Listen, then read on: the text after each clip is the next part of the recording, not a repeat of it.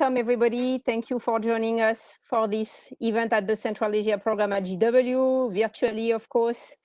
Good morning, good afternoon, good evening, depending where you find yourself. We are here today to discuss about Turkmenistan and the fight against COVID-19. And I must say, I'm really happy to have an event specifically devoted to Turkmenistan because first, it's very rare. And even for us at the Central Asia Program, it has been, I think, several years we didn't have an event devoted just to Turkmenistan. So it's really great that we are able to do that, even if it's to discuss something that is not an easy topic. And I wanted to thank Radio Free Europe, Radio Liberty, our colleague there who initiated this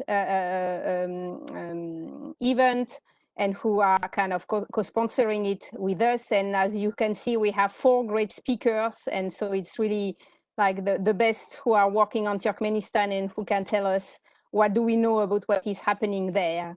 So we will have, as I said, the 4 speakers. Let me present them very briefly. We will first give the floor to Rachel Denber, who is the Deputy Director of Human Rights Watch, the Europe and Central Asia Division. Then we will hear from Farukh Yusupov, who is the Acting Director of Radio Free Europe, Radio Liberty, Turkmen Services, and who has been working before a lot on Uzbekistan. Then we will have Ainabat Yalimova, who is the founder and program director of saglik.org, which is really the only website in Turkmen discussing everything related to health. And if you don't know the website, I really invite you to have a look at it. And then last but not least, we will give the floor to Luca Ancesti, who is senior lecturer on Central Asia at the University of Glasgow. And then we will have about half an hour for the Q&A, and I will moderate the discussion. So because we are like already at 90 participants, we will not be able to give you the floor directly with the video. So I will ask you to ask your question in the chat or in the Q&A box that you see on the right of your screen.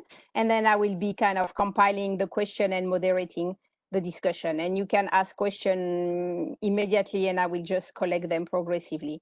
So thank you again for being here today. And Rachel, I give you the floor. Thank you so much, Marlene. It's really an honor to be on this panel with such distinguished panelists talking about Turkmenistan and COVID-19. So just to say that Human Rights Watch is examining aspects of various governments' responses to COVID in many countries around the world.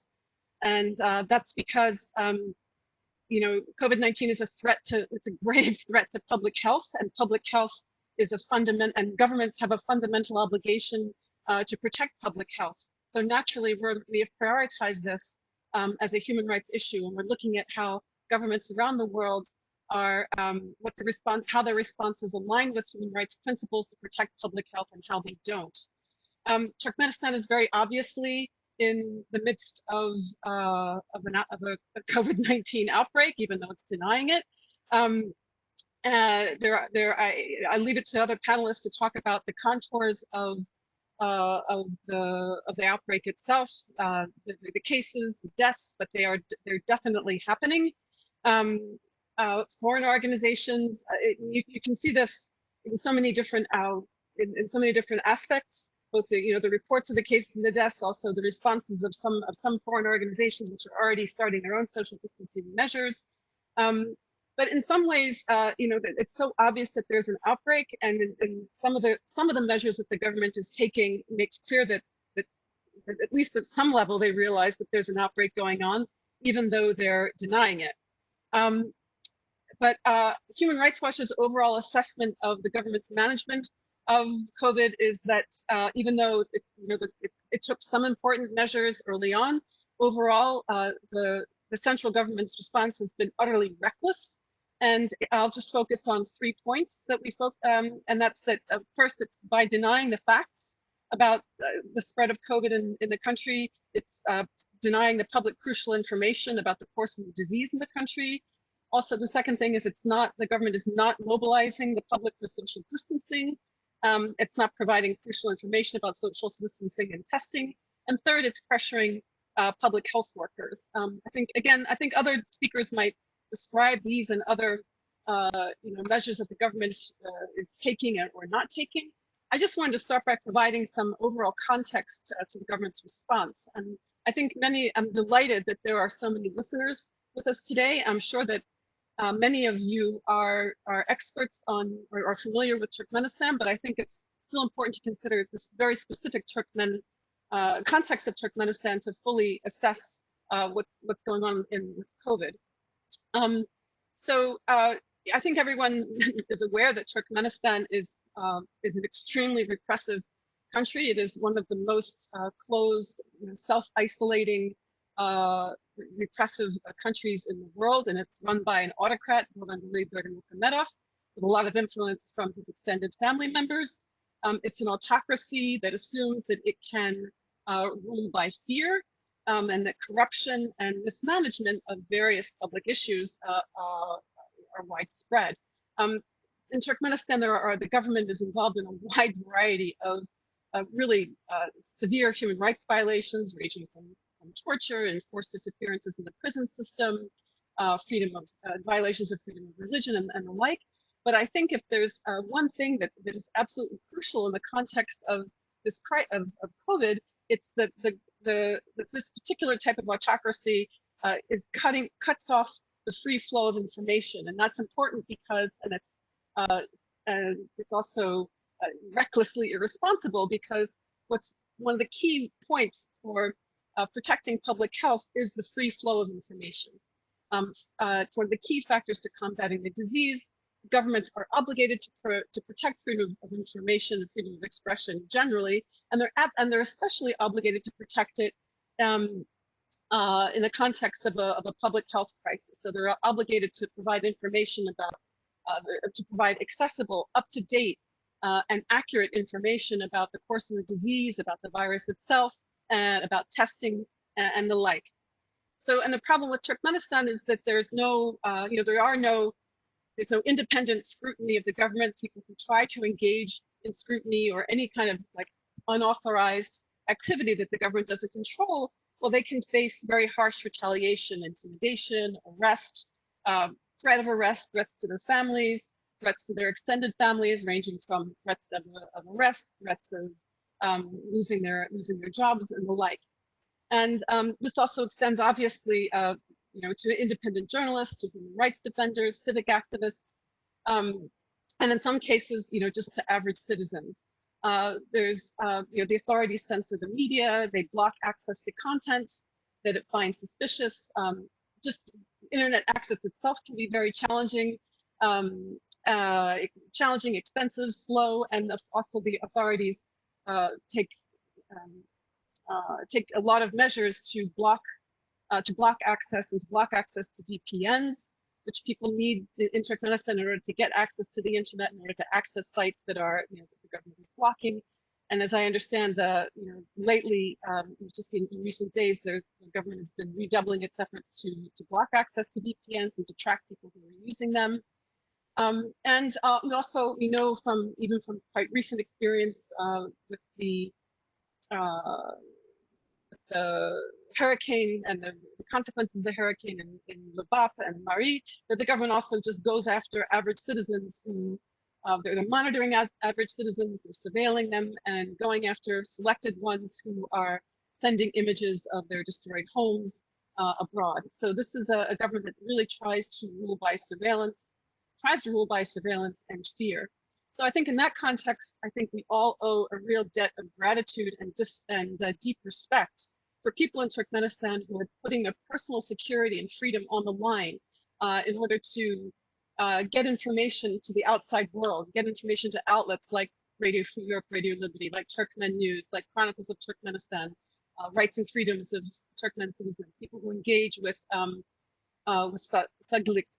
I think we owe we really need to recognize how they're putting themselves on the line every day in order to, so that we can trace the course of the disease in Turkmenistan and the government's response. And I think we also owe a debt of gratitude to the need to recognize the health workers in Turkmenistan who have been trying to get information out despite the government's threats and interference. So with total control over information, or the attempt to exert total control over information, and no public challenges to it, the authorities just have no inhibitions whatsoever about manipulating or concealing socioeconomic data, even and especially about they're quite blatant about denying anything that might be seen as bad news. And this is definitely the case with COVID, but it's not the first time. As I mentioned before, I think many people are aware of the hurricane that devastated parts of Lebap and Mari regions. There was some information about it on local news, but it was never mentioned on national news. There's just total official silence at the national level, because if the government admits or acknowledges that something had happened, then I guess that would mean that it would need to do something about it. The government also denies that poverty exists, even though it patently does, and it doesn't seem to gather data about it. The government denies that it's Turkmenistan. I think, as others are going to elaborate in the course of our discussion, is in the midst of quite a severe economic crisis, but you wouldn't know that from listening to government news. There's a severe crisis with access to state subsidized food staples, but again, you wouldn't know it by listening to state news. Government has concealed information about HIV cases, so it's not at all surprising that it is concealing information about COVID. I think just two more points. One is that, as I mentioned earlier, the government exercises invasive control and bullying of various of public sector workers for various governmental priorities. But in the medical profession, in recent years, the security services have been, they surveil, they're monitoring hospitals and clinics, and this has become very invasive. And there's a couple of organizations that have been documenting this really well. I think in the context of the COVID crisis of COVID, it's important to note that they have been pressuring doctors not to make, the reports that they've been pressuring doctors not even to make pneumonia diagnoses, to suppress symptoms of pneumonia, to make other symptoms of patients the primary symptoms. Also, as we know, that they're pressuring doctors in other ways as well, making them abandon their cell phones, pressuring them if they forget to, if they're found with their cell phones in their in quarantine places. And the last point I wanted to make is about international scrutiny, because it's so difficult to have domestic scrutiny. There is some international scrutiny of Turkmenistan. We have the WHO finally starting, from what I understand, finally starting its visit to the country today, after several months of negotiation. And but generally, the government doesn't allow authoritative expert international or intergovernmental organizations that conduct expert missions to visit the country. So, I mean, there are at least 11 UN experts that have been waiting for invitations to visit the country on a wide variety of themes. The last time the UN had one of its independent experts visit the country was in 2008. The International Committee for the Red Cross can't conduct prison visits in Turkmenistan in line with its protocols. When prison visits happen, they're blatantly orchestrated and manipulated. So this is why I think this is really important context through which we need to see the WHO visit this week, and why we need to really keep probing to understand what it is that the government is going to show the WHO and what it's not going to show the WHO, and how it's going to try to control people's access to speak to people in the mission. Let me stop there. Thank you so much. Thank you so much, Rachel, for this presentation. Really wonderful to have already so many information and perspectives. I now would like to give the floor to Farouk. Hi, everyone. So as Rachel pointed out, as we speak, WHO mission is starting its long-awaited travel to Turkmenistan. By now they must have already landed in Turkmen capital, and hopefully this mission will be beneficial and useful for public health and for understanding of public inside Turkmenistan and outside Turkmenistan about what's happening in that Central Asian country, because so far what WHO and UN and other international organizations that are present in Turkmenistan, their behavior and their action was not helpful, if not damaging, to the situation, to deterioration of the situation in Turkmenistan. In the first signs of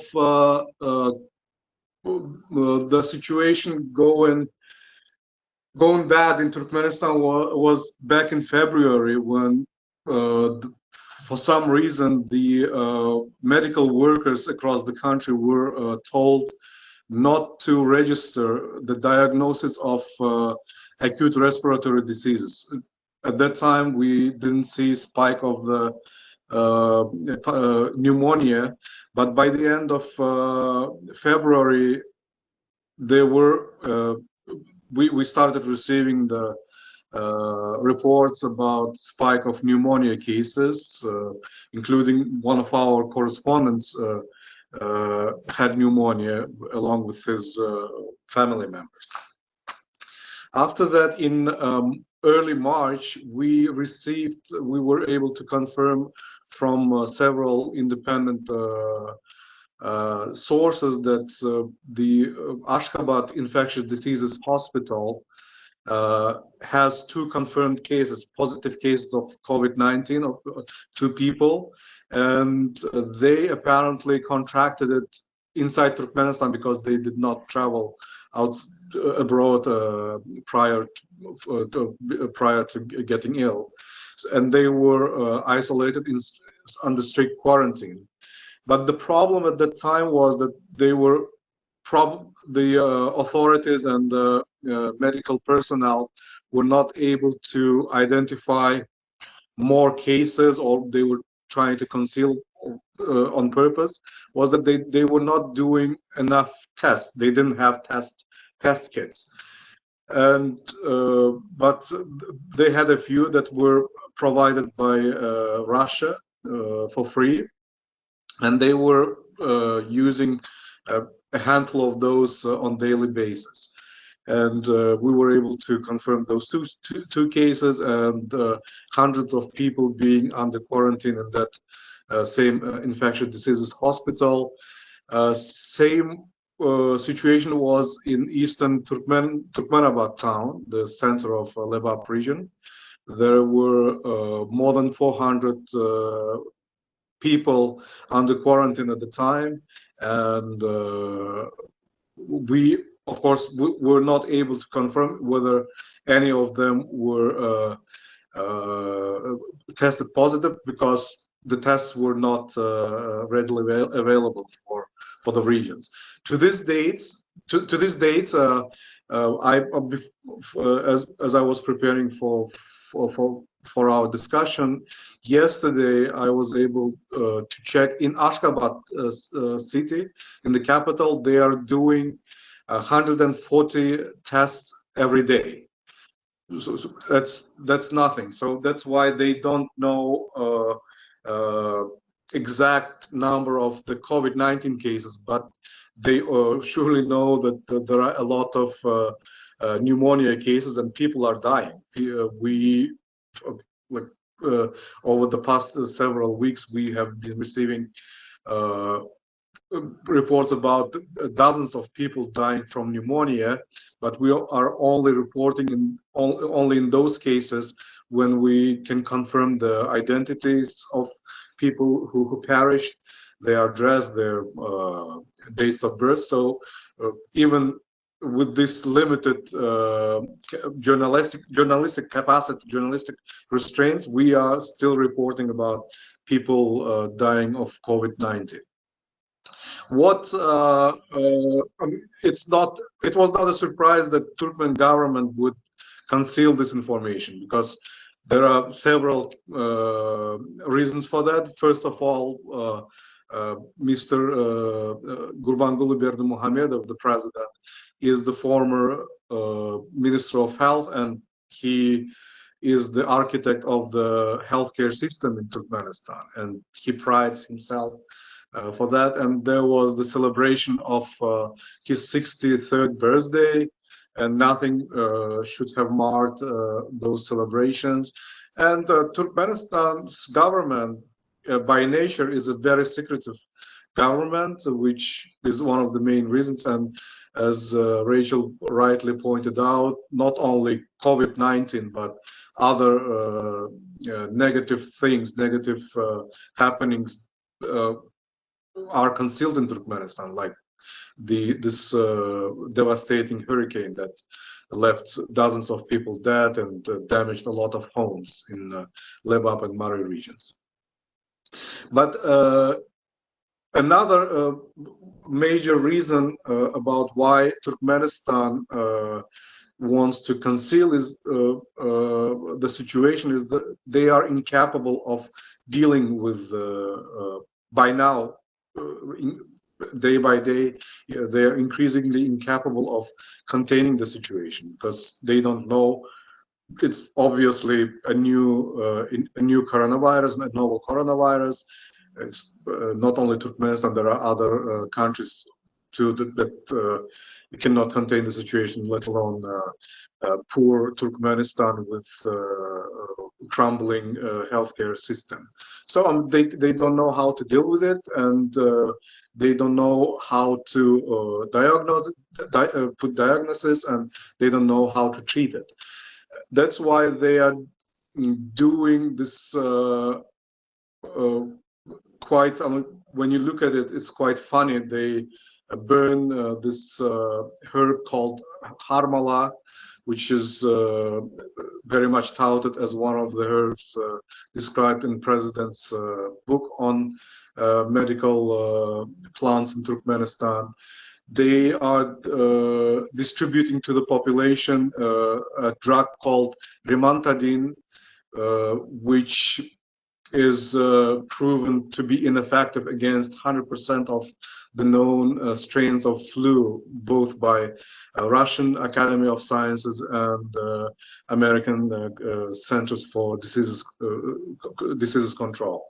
So they are doing this kind of very silly and unqualified steps, very unproven, they're taking very unproven decisions.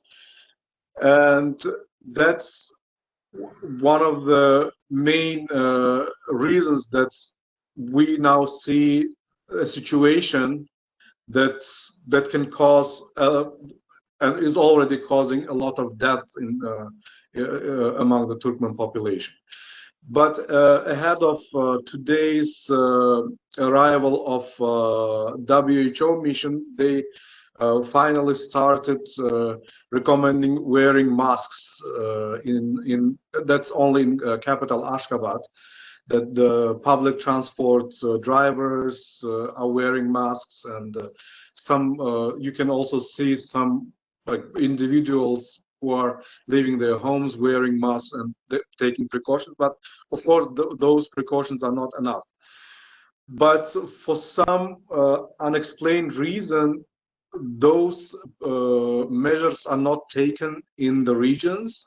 On the contrary, in Mari region, for example, they are still questioning people who are wearing masks outdoors. If you are an individual going out and want to wear a mask, the police will stop you and will ask you, why are you wearing a mask? Why you're causing panic? They're still doing it. They don't want to cause panic, which puts people who want to be responsible, because they get some information from independent media like ourselves and Turkmen News and Chronicles of Turkmenistan. They want to wear masks, they want to take precautions, but they're being stopped to do so. But hopefully this WHO mission that has just arrived in Turkmenistan will put challenging questions to the Turkmen authorities, and will try their best to go to the facilities and will challenge the Turkmen authorities to show the secret facilities, quarantine facilities that they have set up in the deserts in each region to hide hundreds of COVID-19 patients, if not thousands, of COVID-19 patients in those quarantine facilities. And we are hearing that the conditions in those facilities are horrible. They don't get drinking water because there's no running water, obviously, in the desert, and some of the facilities are not even air conditioned. And we have to keep in mind that in Turkmenistan, the weather reaches over 50 degrees centigrade these days, especially in the desert areas. So we hope that this mission will, unlike those representatives present in Turkmenistan permanently, they will be more brave and ask the right questions. And I already sent them a couple messages suggesting that maybe they should, for background information, they should refer to the independent news agencies to their reporting in order to know what to ask and where to look for the rights to get the rightful information. Also, the latest development in Ashgabat, in Ashgabat and in Turkmenabad, we know that they prepared model quarantine zones to show to WHO mission. One is in the center of Ashgabat, where the former Turkish construction company was based, Polymex. They equipped it with beds and with ventilators to show that they're taking care of the patients. But it will be interesting how the Turkmen authorities will explain why they are still keeping, still haven't acknowledged existence of COVID-19 patients when they will take the mission members to those facilities. I think I will stop here. Wonderful, Faruk. Thank you so much for all this information. It's really, really important data and information you were able to give us. I now would like to give the floor to Aynabat so she can share with us her perspective. Aynabat, the floor is yours. Thank you, Marlene. Can you hear me? Yes. Yes. So my colleagues and I have been working to improve health literacy by informing and educating Turkmen public on critical public health issues over the last 10 years. We managed to put together a platform with critical public health information in the Turkmen language at saglik.org. It's our website. There are about 2,000 articles, including informational pamphlets and books on that website. What we've been doing since February is developing evidence-based science-based information on COVID in Turkmen language. We have diverse readership in Turkmenistan, so we're trying to tailor our content and needs, our content to their needs. Our following readership on social media are mostly young people from Turkmenistan. So it's if in other countries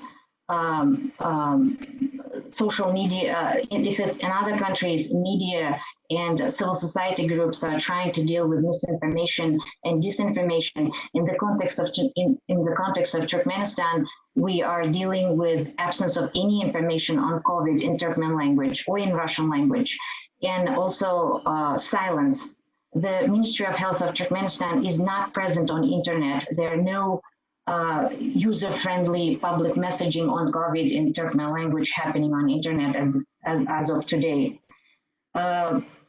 We observe in our work that Turkmen public, we go for weeks and weeks without any information and updates from the government on epidemiological situation in Turkmenistan. While we also see that, for example, in Kazakhstan, public gets epidemiological reports on weekly basis with a very detailed information broken down by regions. I would like to briefly talk about our work at individual level. We're applying the same, in our COVID work, we're applying the same structure as in all our work. We educate, we inform, we educate and advocate in our work. In the context of COVID, it specifically means that we develop information from credible resources by fact-checking information and making that information, COVID information in Turkmen language, available for our families, friends, and communities in Turkmenistan so they can educate themselves and share this information. We developed comprehensive COVID section on our website. This section has frequently asked questions, information on treatment, vaccine development, COVID dictionary explaining various public health concepts in Turkmen. It's updated weekly. So just to give you an example of what kind of content we develop, we use, as I said, we use credible sources as WHO, CDC, Johns Hopkins University, their content to develop content addressing the questions that we get from public at saglik.org. So, for example, we, as Faruk mentioned, the kind of information that keeps coming from the country, highlighting the use of traditional medicine, for example, this Uzerlik, Harmala, or set of drugs which keeps changing from week to week, oxalinomyl mice, oxalin ointment, and several outdated antiviral drugs, which some of them are not even effective anymore in treating influenza, not COVID. So we did research specifically, for example, on Uzerlik. It's all open on the website. Please visit and you can see our research. Just using evidence-based medicine, try to demystify and provide accurate information to public that it is not a treatment, and people should be really questioning the sources and reading up on that. So we provide that type of information. So in general, we try to depoliticize COVID by this COVID crisis by focusing on individual personal responsibility and individuals' health. So please share your content, please share our content with your friends and networks in Turkmenistan. Also, if you're from Turkmenistan and you're watching this right now, I would like to ask you to share this content with your families. Because if you're watching this, that means that you're a privileged group of Turkmens with access to internet and online resources, and you have a responsibility to educate your families, friends, and networks. I'm asking, using this moment to ask people not to be silent, specifically youth on social media, and accept the responsibility and share scientifically correct information. And not to be afraid to acknowledge that we as a society in Turkmenistan, we get poor, we get sick, and we also die, and we're vulnerable just any other country in the world at this moment. We also develop content for medical professionals, because from what we hear is from medical professionals that there is a deficit of personal protective equipment. And also there's no protocol, safety protocol for doctors to deal with COVID patients and patients who do not have COVID in terms of how they enter the hospitals. I'm not talking about doctors in epidemiological centers where they might be equipped with proper protective personal equipment, but more of general practitioners. I'm talking about family doctors, general practitioners, who, just to give you an example, we asked several doctors to look for safety protocols. We asked if they've been trained or informed of any ways how to, to address how to respond to in this COVID crisis. And one of the doctors came back to us saying that their clinic had one copy of a protocol, and somebody was reading it. Just one photocopy. It felt like they for some reason they couldn't use a photocopy to make copies of the protocol and distribute it to all the doctors in that clinic. So we developed some content for general practitioners and medical professionals. It's also some content, so it's also on our website. We engage in advocacy with the Ministry of Health of Turkmenistan and international organizations. I'll keep repeating saying international organizations. By international organizations, I mean World Health Organization and United Nations, which are both present in Ashgabat. We're making specific requests. Our last editorial published on social media and at Saglik. We are asking the Ministry of Turkmenistan to provide information and run informational campaign for an average Turkmen, for average person, based on science, not ideology. We're also asking international organizations, both organizations, United Nations and WHO, not to be complicit in practices inside the country that defy logic, reason, and science. We wrote 2 letters to Mr.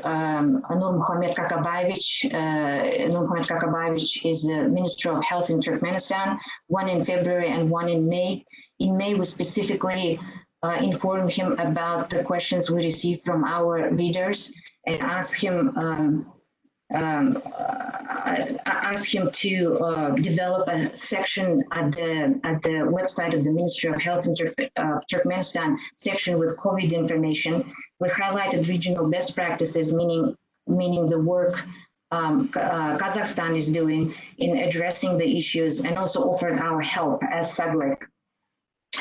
The second letter was sent in May. This letter we shared specifically with WHO and UN, and it was also addressed to Mr. Nurmuhamed Kakabayevich. In this letter, we specifically highlighted the issues that needs to be addressed during their trip, which is, as Faruk said, will be taking place this week, this coming 10 days. The ministry has not showed any reaction to the letters. Their email is not working, which is shown on their website. We notified the United Nations office in Turkmenistan that there is no way to get in touch with Ministry of Health, and the website of the Ministry of Health has logos of both United Nations and World Health Organizations and other agencies on their website. But unfortunately, it's very poorly designed and not user-friendly. And of course, we provided our specific recommendations to the ministry how to reorganize the COVID section on their website. It's also open on this letter with recommendations is on our website. We feel like we're not being heard, because every time we raise the issue of giving access or developing access to information in the Turkmen language, not in Russian, because a lot of people do not speak Russian well anymore outside of major cities, how important it is to develop the Turkmen language. We hit this wall saying, for example, in our interactions, I have to acknowledge that United Nations office in Ashgabat, Ms. Panova, Yelena Panova, got in touch with us. We're thankful. She acknowledged our humanity, our concerns, our letters by getting in touch and saying, let's set up a call. We had a call with her, and it was very hard to be heard, that where they kept saying, we have these briefings with diplomats, and that kind of should be enough, but that's not what we're talking about. We're not talking about politicization of this issue by making once every 2 weeks political statements and just saying that there's no COVID. What we're asking is broken down in our letters. We're asking for weekly, daily epidemiological report about the country with specific information about testing and all other things. We right now, United Nations and government developed, this is according to the United Nations, the National Plan on Preparedness, COVID preparedness. We're asking the United Nations, it's been already 2 weeks, asking to have a public access to this plan. We would like to see it and would like to comment on this plan. But so far we have not, we didn't get any response. But in terms of the our work with the Ministry of Turkmenistan is that they don't have an email to get in touch with them. We've been told that there's only way to communicate is to mail them our letters. We will try to do that, but we understand that COVID is rapidly developing situation, and we don't know when this letter is going to reach them, but we will definitely try them. But let me tell you this experience that we had calling them. We've been given 9 numbers. We called 9 numbers to get in touch with somebody so we can send our communication, you know, at the ministry. And at 10th number, the guy who picked up the phone after we explained what we're trying to do and who we represent, he said that he can't share the email of the ministry because who knows what we're going to send to that inbox, which to our, you know, we're trying to explain that we're friendly, would like to help, and this is what we're doing, and this is what we're having. And he was, before he hung up, he said, you know, I don't know what you're going to send into that inbox because the security services are reading our inbox and I cannot give it to you. And then he hung up. So this is basically the interaction within. I would like to stay away from generalizations, but I can only imagine that this is happening every day, and hundreds of citizens are facing this type of treatment by government officials. Although I understand the concerns, of course, of this employee, although he could have chosen to speak differently, but that's another matter. So at individual level, we're educating young people to ask the right questions and to engage in informed discussion, understanding the nuances of issues at hand. We're trying to educate young people how the institutions work so we can have informed discussion. Not only in this context, but in any other work anyone is doing in Turkmenistan, they are facing or they will be facing this culture of learned helplessness. I believe that at Saglik, I and my colleagues believe that this tide can only be reversed by continued public information education. For example, just to give you an example, when in Kazakh Twitter, Marlene, just 1 second. Yes, I know what it is here. In Kazakh Twitter, when people write about you know, how the government is sharing their views about how government deals with COVID, in Kazakh Twitter, people will try to criticize and talk about institutions. But in Turkmen case, there will be no conversation about institutions. It will be just one thing that you will consistently see, that Allah will help you. We are all in Allah's hands. So just give you some context here. So do I have 1 minute? Yes, please. Yes, yeah. So just, I have so much to say, so little time, but so much to say. Just want to make 2 more points, is that COVID further polarized our Turkmen society into them and us. It's literally taking places in our families where we have people who we love and care, don't have the right information. They don't believe in preventive measures and believe in conspiracy theories. There's also no source of COVID information for an average person on a daily basis to go to and understand the situation. So this country context uncertainty of uncertainty concerning COVID globally feeds into further traumatization of people in Turkmenistan, of an individual in Turkmenistan. We people, my colleagues, friends, who I talk to on a daily basis, we experience fear, anxiety, and hopelessness. Public is demoralized and exhausted by politicization of this public health emergency. And we understand that this epidemiological situation in the country is going to affect Turkmen people's travel, educational opportunities, and employment. And so this whole environment affects our physical and mental health. Although I would like to finish by just saying that this, ironically, this didn't have to be a crisis, because I think that in a small, isolated, and closed country like Turkmenistan, it's a shame that that government missed this chance, because government could have stand out as a beacon of successful management of COVID by being transparent and communicating at a certain level with public and not politicizing it. It could have followed the model of Kazakhstan and Singapore, but it's not late to start. Thank you. Well, thank you so much, Ainabad, for your presentation, and of course for all the great job you are doing with the website. You are really the light in the dark, if I may say. Yeah, so we are all very grateful for the job you're doing on the website. And let me give the floor now to Luca. Hello, good afternoon, everyone.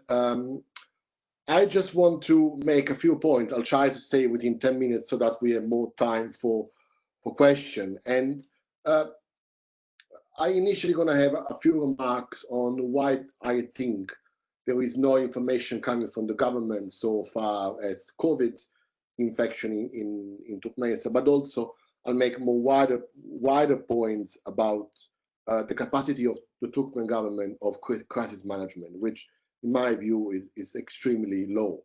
So, I mean, the key point which we need to make when it comes to analyzing Turkmen politics and society is that in this current political moment, the country is ruled by a regime that has got particularly peculiar traits, even when it comes to the wider range of authoritarian regime. So we usually hear a lot of eccentric comments about Turkmenistan. The country is famous for all the kind of odd policies implemented, but my point is that we always have to try to look beyond these eccentricities in order to really make sense what's going on. And the silence that we hear about COVID is one of those eccentric points, if you want, because this is the only country in Asia beyond North Korea that has not reported any case. And I think the reason for that not only stays within the realm of what Farouk mentioned before, the fact that the president has some kind of medical background, so you wouldn't really want him to sort of be ruling over a pandemic. But I think that it is most related to what I see the dynamic of fear and reward, which is the key mechanism that govern intra-elite relation. In other words, who's going to go to the president and say to him, well, Mr. President, we have an outbreak on Turkmenistan of COVID in Ashgabat or the Balkan Velayat. The way in which the president deals with elite, which is extremely ruthless and brutal, would probably prevent the establishment of such a functioning transmission belt of communication. So what we're seeing here is the fear of the elite to communicate with the president, the failure essentially of the policy. And you could argue that while on the other hand, on the one hand, the government says there is no such thing as COVID here, on the other hand, we see, for whatever little information we have, that the government talks about COVID, talking about washing their hands and all the stuff. So it is kind of contradictory, if you want. So back to the second main point, what I want to see, like regardless of whatever of the dimension of this outbreak. And my sense is that we're following here the Tajikistan pattern, and when it comes to the conclusion of the current mission, we'll probably hear more about the outbreak that's happening. Whatever the dimension of this outbreak, my sense is that the Turkmen government has got extremely low capacity when it comes to the management of crisis, even within the authoritarian context in which we're currently operating. And this, to my mind, has not only been visible in the way in which they manage or didn't manage, and even acknowledge, the hurricane Lebap and Marie Velayat, as Rachel mentioned before, but it's something which has been extremely evident in the way in which the government has been dealing with the economic crisis that we have been seeing going on in the last 4 to 5 years, actually. So the economic crisis has pushed Turkmenistan on the brink, in fact, if you want, of chronic food insecurity. The population, this is has brought the government on the brink of budget failure for the structure of the rentier economy, which is sort of very much connected to the gas revenues that Turkmen export. And the way in which they dealt with this crisis, which is not acknowledging on the one hand, but also not doing anything to revert the vicious cycle of dependence on gas revenues, on the other hand, it made me think that they have no capacity at all to absorb shocks, external shocks in this case. So this made me think that it would be impossible in the current way in which this regime operates to see the kind of more coordinated responses that we have in Uzbekistan, for instance, which out of the 5 intelligence seem to be the one republic that is doing more work on COVID, but also the capacity to acknowledge that there is a problem. And in this case, Kazakhstan seems to be more of a success story, although the return of a second wave over there make me suggest that there is a kind of problematic relation there too. So my last point, just because I want to get into the questions, is something which I don't think has been discussed a lot. I mean, Turkmenistan is basically presiding over one economy that exports one single product, which is natural gas, to one single customer, which is China. And what we haven't really reflected, I think, as a community of scholars and operators, if you want, is what kind of impact has COVID having on the energy industry of Turkmenistan and the energy relation to Turkmenistan, which, given the centrality that this particular sector has vis-a-vis the wider economy, is critical for the future, the stability of the country itself, let alone its resilience and capacity to absorb shocks. And there are 2 ways to address this question. So the nexus between COVID and energy industry. The first one is to look at the statistical dimension of it.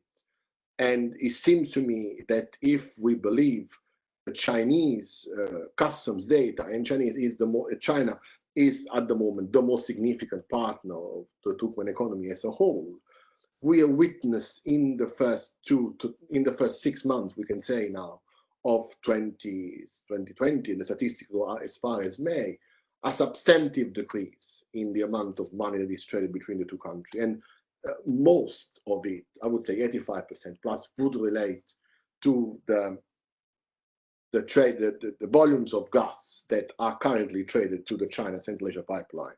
So in this sense, we could conclude that there is a very significant impact that the epidemic, the pandemic, in a general sense, has had on that particular aspect of Turkmen gas industry, which is the capacity to commercialize its relationship with China. One thing which we really haven't heard, and I'm curious to pick up the brain of the other panelists here, is how this kind of situation, the emergence of this crisis, is impacting on the capacity of the industry to function internally. if you look at Kazakhstan, we hear very often that this particular field has been closed. There are problems at Tengiz, Ishore Karjaganak, also Kashagan. So the government is acknowledging that the eruption of localized outbreak is having some kind of limiting impact on the capacity of local fields to produce. We haven't much about that on Turkmenistan. We hear that there have been a number of strikes of workers, but this is going on for a bit.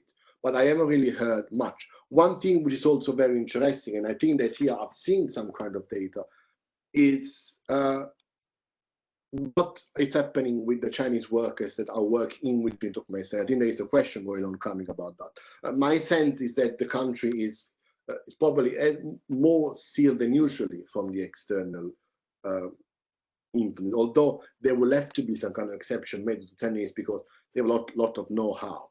So in this context, we could see, and this is something which is not going to be, we're not going to be able to ascertain straight away, not only because the government does not tell us this story, but also because the data it will come retrospectively. I think that we will see we've seen the establishment of a kind of context in which the Turkmen gas industry will be very much COVID affected. So just to close up here, because it's almost 4 o'clock here, the point I'd like to make, it's also what kind of prospect the WHO mission can have. Well, I think that it will offer the government the kind of opening has been looking for in order to kind of admit, even though very reluctantly so, that there is some kind of outbreak. What I'm not, so in that sense, WHO could work for the good of Turkmenistan, even though the national mission so far has been very, very close to the government line of refusing to accept that. On the other hand, though, we will see, and this is an issue which is chronic when it comes to Turkmenistan, we will see what kind of successful partnership and a government that has established most of its fortune, if you want to say, on international isolation will be ready and happy to establish with an international organization. And that's all for me. Thanks very much. Thank you so much, Luca, for your great points. So let's now open the floor for questions. We have half an hour. We are almost 120 participants. So as you can imagine, there is a lot of questions, and I will try to summarize them and put them together the best I can. I invite our 4 speakers to have their video and mic open so they can participate in our discussion. And for the audience, you are welcome to ask the question in the chat or the Q&A box. And if you want to send it anonymously, you are welcome to do it by just addressing it to me, and I will read it without your names being visible. So trying to put the question together by topics, we had a first round of questions about what is happening on the ground for citizens, and there was at least 3 questions. One was about the access to food. Do we have any information about difficulties in availability of food, for example? That was one of the big elements we had when we had a previous seminar on Tajikistan, for example. We had a second question about knowing if there was any measure of lockdown that would have been taken without being said that it's because of the pandemics, but that would have been just implemented on the ground. And we had a third question about this information coming from the chronicles that entire hospital would have been quarantined. So 3 questions: food, lockdown, and hospital. And I will give the floor, I guess, Farouk and Ainabad may have some things to share, but I of course invite Rachel and Luca also to participate. Farouk, would you like to begin? Yes, regarding the quarantine, as I said, they are preparing. They have already set up a secret quarantine zone where the WHO mission will not be allowed to go. They will not be told about that. In each of the 5 regions, they are setting up those in the distant areas, in the desert areas of those regions. regarding the lockdowns, we've seen in mid-March, we started sporadic lockdowns when they banned travel from one region to another, and it was quite funny because that lockdown stayed in place for a few days, and then they started lifting those like one by one. They would lift the travel restrictions, let's say for Ahal region to travel to Ashgabat, but they would keep other region, and then they would lift another region, but would keep other regions locked down. And it didn't. I mean, it was quite illogical, and probably, and any epidemiologist would say that it was inefficient to do that. That, of course, in Turkmenistan, that opened an opportunity for corruption, for bribery, because people would paid up to 400 manat, which is roughly $20 by the market rate, up to 400 manat to get the certificate of from the medical institutions that the person is healthy and can travel. But also the police points on the road, they also started extorting money, threatening people to put them under quarantine if they didn't pay. So this kind of things. And at the moment, there were these medical institutions in Ashgabat, this now famous infectious diseases hospital in Choganli village, right on the outskirts of Ashgabat. They had it quarantined, but they, as far as I know, they moved the patients out of that hospital, and probably the WHO mission will be allowed there, and they will, for them to see that there are no patients. Same happened in Turkmenabat Infectious Diseases Hospital. And our sources are telling us that all the patients are being transferred to the city hospital there in Turkmenabat, but the WHO mission will be allowed to go to the infectious diseases hospital, which is the logical place for COVID-19 patients to be kept. So on this kind of thing, they're trying to hide everything, even at the moment. By the way, as other speakers were speaking, I received another message from Turkmenabat. One more patient, 54-year-old patient, male patient, died of coronavirus today in that town. So, like, things are happening. Things are happening there. Thank you, Farouk. Ainabad, would you like to add? Yes, I would like just to say that we're not journalists, we're researchers, so we get reports, but since they're not confirmed, I would like to stay away from speculating on a lot of rumors and some reports, confirmed, unconfirmed, since there's no independent media inside the country, although there are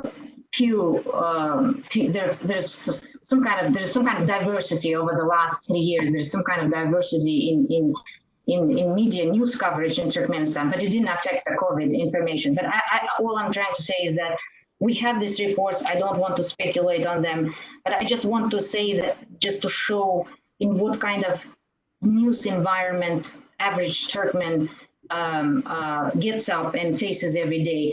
A couple of weeks ago, I'm sure my colleagues, speakers on the panel also probably saw and read this. The Embassy of the United States made a statement saying that although they don't have official reports, but they have reports of people having COVID-like symptoms inside the country. We read that, and immediately in 3-5 hours, the Ministry of Foreign Affairs of Turkmenistan puts up a statement saying this is fake. They actually use the word, it's fake. So this is a fake news that is being promoted and put up by the Embassy of the United States in Turkmenistan. So of course people write to us, where's the truth? Like what's happening? Who's right? We don't know who is right, but it's just this Kafka-like story or Zoshina-like story where you're caught up between this truth of independent media abroad, us trying to provide this information, but we're not sure, so we cannot break any news because it's not confirmed, trying to engage with government to get some kind of decent news that we can believe in. So it's a very complex and difficult situation. Great, thank you so much. Yeah, let's maybe move to a second series of questions. I can hear the sound is not great. We had several questions related to the borders, knowing if the borders are open, if they are testing people at the checkpoints. Do we know if we have Turkmens trying to go abroad to go for some health care?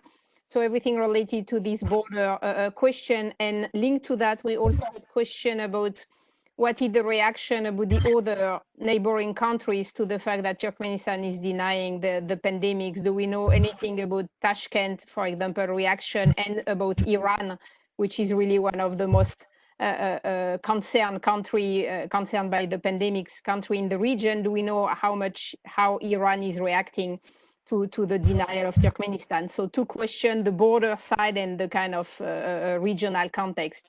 Maybe Luca, if you Yes, have, and then I will give the floor to whoever wants to answer. I want to make a couple of points on the regional context. I mean, if you look at the map of Asia, it's incredible because you have a COVID map of Asia. Look, there is each and every country has got cases popping up anywhere, and Turkmenistan on the west and North Korea in the east do not have it. So this is unrealistic. But if you go one level down and you look at the bordering provinces of Iran, Uzbekistan, Kazakhstan, and Afghanistan, the one that border with Turkmenistan, you would realize that particularly in the Iranian case, those are the most affected regions in the whole country, which, as you said, is a country which is affected nonetheless. So the capacity to seal the border is something which the government in Ashgabat has prided itself to be doing for a long time. Whether or not they are able to keep everyone out all the time, this is something which, of course, we can't really say. There is no such thing as a vertically sealed border, regardless of the kind of the illusion. So I would say to me that when it comes to the lower level, to people, there could be exchanges that bring people in, or people get input somewhere else. What I haven't seen is the reaction of the neighboring states. And the reason is maybe because they have a lot on their plate currently. There is too much to think about it when it comes to, I mean, Uzbekistan and Iran in particular. I haven't really seen any kind of worrying with, I didn't even see it's great that the Turkmen do not have it. So it's kind of ignoring the situation as it is. But this is, to me, is the perfect context for the Mehdi Mohammedov and his friends, because they thrive in this kind of isolation on the one hand and insulation of the other. So it is very atypical, but it's kind of typical when it comes to the modus operandi of the regime in Ashgabat. Mm-hmm. Anyone else would like to add to that? The questions? No? Oh, okay, let's move to yes. I add that as Elisa mentioned, that all the surrounding countries have COVID-19 and in large numbers. Also, regarding the travel of Turkmens abroad, even before COVID-19, they had challenges to travel outside Turkmenistan for any reason. Without any explanation, you would be unloaded from you risk to be unloaded from your flight, from your international flight. But at the moment, it's end of February, there are no international flights, so people cannot travel. They are locked down inside the country. And we are also hearing that The students who are graduating now, students who are studying abroad, they will not be able to return to country because Turkmenistan is already, Turkmen authorities are already warning the parents that their children might not be able to return until early next year. And the parents of future students who wanted to apply to universities abroad, they were told that no one will be able to apply to foreign universities this year. We will see what will happen next year. So there will be no students from Turkmenistan studying abroad from next year. They will not be able to enter universities as incoming students. Great point. Thank you so much. We now have a series of questions about the role of the international community, and maybe this question would be for Rachel. We had a question about what can international organization working on health issues can try to do to push the government to try to react on the COVID-19. And of course, that's the kind of question that is not an easy one to answer when we are discussing Turkmenistan globally. And also a more specific question about the current WHO mission.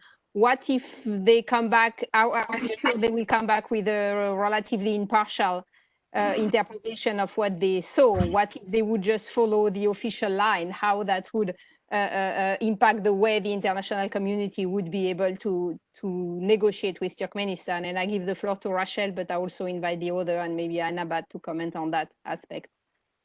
Yeah, I would. I'll probably start. I don't have much to say other than based on our interactions with WHO, which is completely silent to our requests. And based in Ashgabat, the head is Ms. Karolina Karvovska, and UN is represented by Ms. Yelena Panova, who, as I said, actually responded to our emails.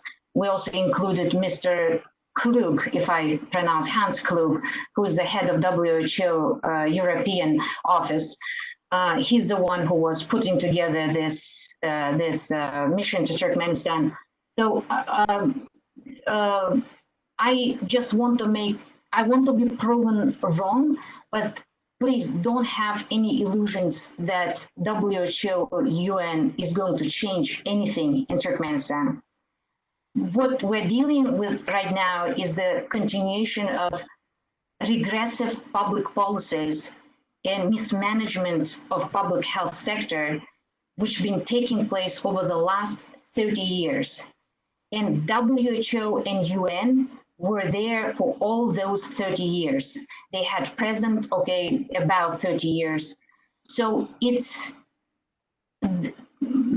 imagining that they're going to put challenging questions is good exercise for all of us outsiders to think about it, that they can change drastically the management of the public health sector is, I think, it's just an illusion. What at least on the list of to-do things, we're asking to open daily communication through media, because that's government chooses to communicate with, through media about epidemiological situation in Turkmenistan. That is doable. And also release the documents that you signed. I'm not talking about general COVID national preparedness plan. It should be publicly available. It should not be a secret. Everybody should be able, just like in any other country. Ms. Karolina Karvovska is from Poland, and Ms. Yelena Panova is from Bulgaria. I'm appealing to them because they're coming from countries that understand these dynamics between, from like Soviet times, the dynamics between the public and the government. So please help us to access these documents. These are something that can be done. This is not something imagining 5-year plans or 10-year plans. So please open up. We made it clear today, asking Mr. Hans Klug, please make a priority, open up communication with the public. WHO and the Ministry of Health. We're talking about specifically Ministry of Health, which has social responsibility to engage with the public. Please, if national security services are monitoring inbox, fine, let them monitor the inbox, but let the emails available and phone calls so the public can ask the questions. Thank you, Anna, for these comments. What would you like to add on that?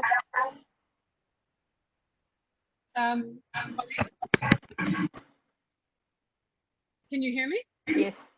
So I don't have a lot to add to what Anna just said. I think that's a pretty comprehensive answer. I think if I think that the rest of the international community needs to support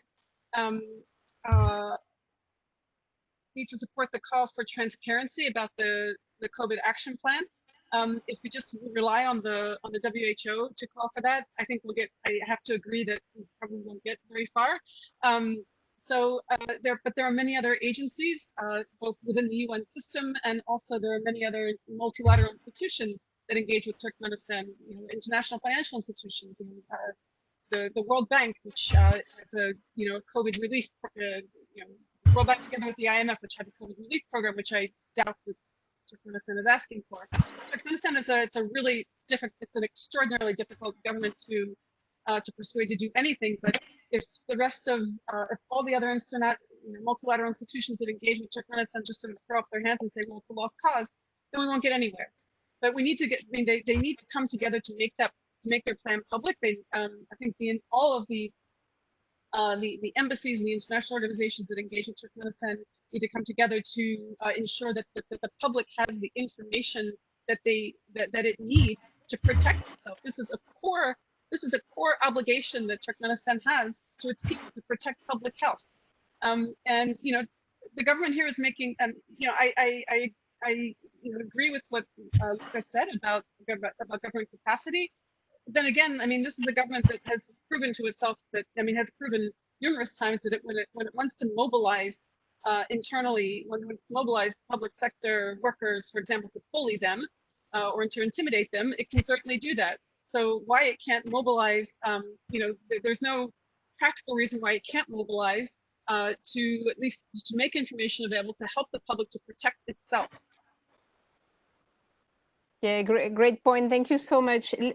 We still have 10 minutes and I still had a series of questions.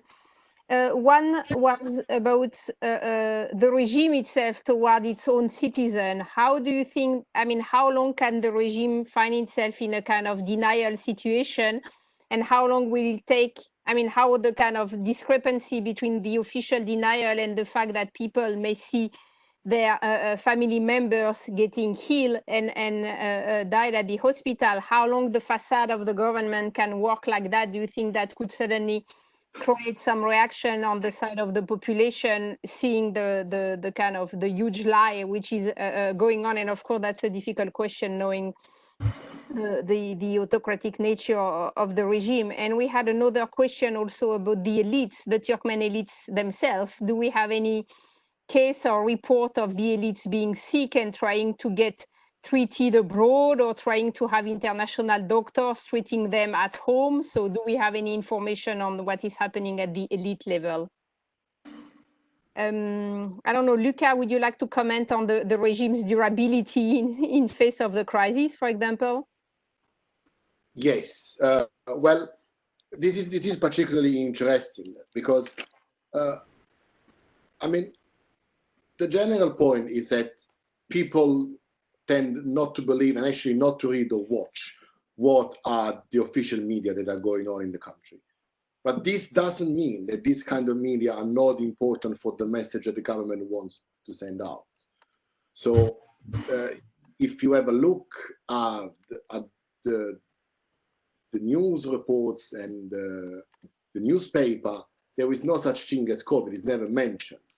How long can this go on forever? Well, when you have a monopolistic control over this information flow, this can go on forever. And the point is that not only they don't have to admit things that are not there, that they're actually in fact there, but they can even report on things which are not in fact there. In the case of the TAPI pipeline, a pipeline that doesn't exist, but if you believe the Turkmen government is almost completed. This is the opposite. You have an instance of crisis, a pandemic, which is not reported. Well, I would say that the room or the population for complaining about it is quite limited, because we know this is an extremely repressive country. The length at which denial can continue, provided that, as you said, Marlene, that WHO continue to have this partial position, which doesn't exist. It depends on the amount of the pandemic. If the infection rate starts for some reason to skyrocket, then it would be impossible for them even to continue to deny that. If, on the other hand, they can be somehow contained, I think that the experience of the HIV in Turkmenistan, which is a political systematic denial, tell us that this kind of attitude can go on for a long time. Mm-hmm. Do we have any other comments on these two questions? Do we know about the elite? Yeah, I can add about to the question about the elite. We know for sure that the Turkmen president has been self-isolating in his residence outside Ashgabat, and he has isolated his parents in another residence outside Ashgabat, and access to his parents was restricted. Even he himself is not visiting them, not letting other members of the family visiting them, and of course his parents and himself, his children, are getting the best medical attendance that anyone can get in Turkmenistan. There are reports, I will not say this, I will not give you a hint, but there are reports that members of the families of the high-level officials contracted COVID-19, but we were not able to verify it from independent sources. It's only one source. But I can tell you one story when Mr. President visited Lebap region early last month. When he is traveling now to the regions, everyone who will have access to the president, who will meet the president, is getting tests. One of the nurses who was doing those tests later after his visit, a week after his visit, positive. That we were able to confirm that information with several sources. So COVID-19 would come very close to President Berdimuhamedov and family members of the political elite in Turkmenistan. Yes, Rachel. I don't want to.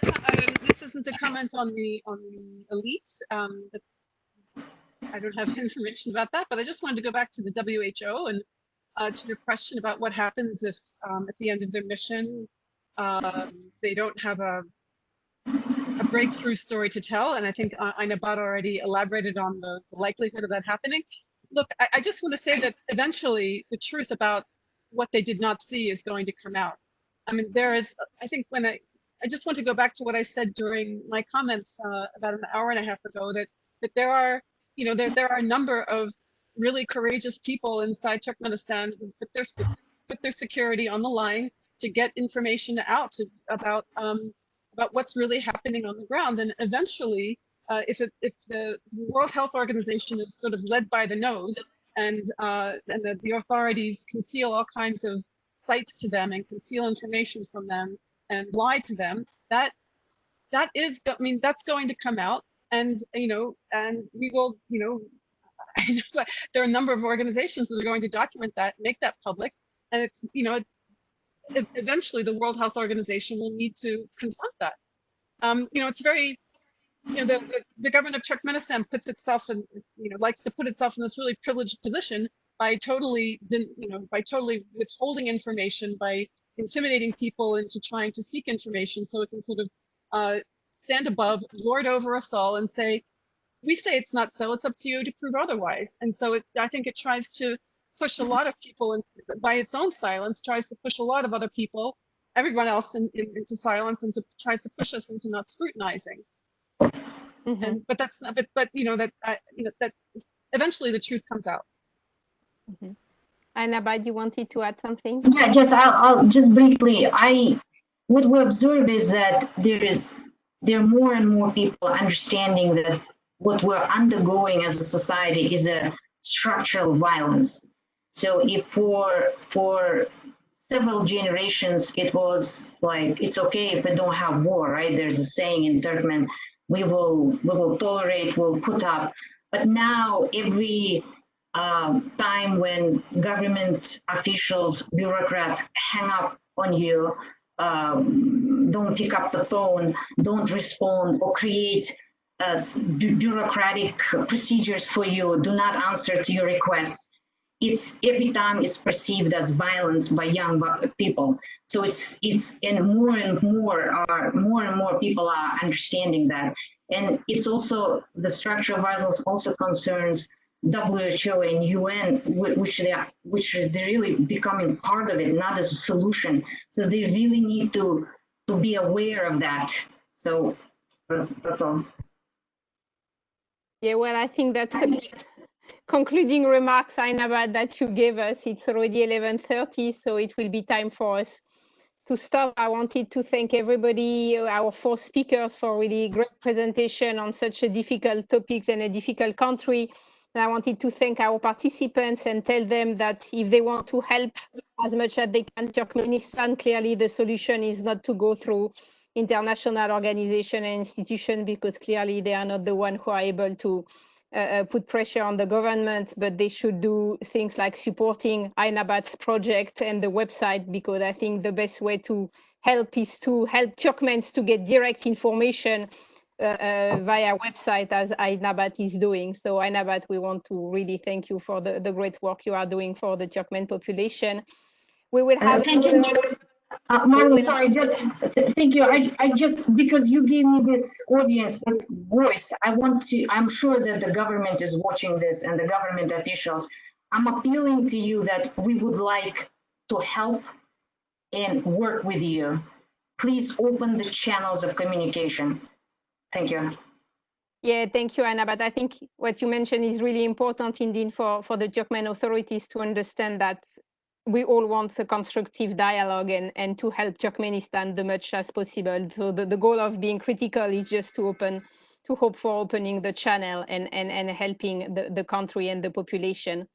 We will have another seminar in a few days on July 9th discussing the economic repercussion of the COVID-19 crisis in Central Asia. And then next week on July 16, a discussion on Central Asian migrants and impact on the migration, impact of the pandemic on the Central Asian migrants. So please stay with us. And once again, please join me in thanking and uploading virtually our 4 speakers for their great presentation. Thank you, and all please stay safe. Bye-bye. Thank you. Thank you, Marlene. Bye. Bye. Thanks so much, Marlene.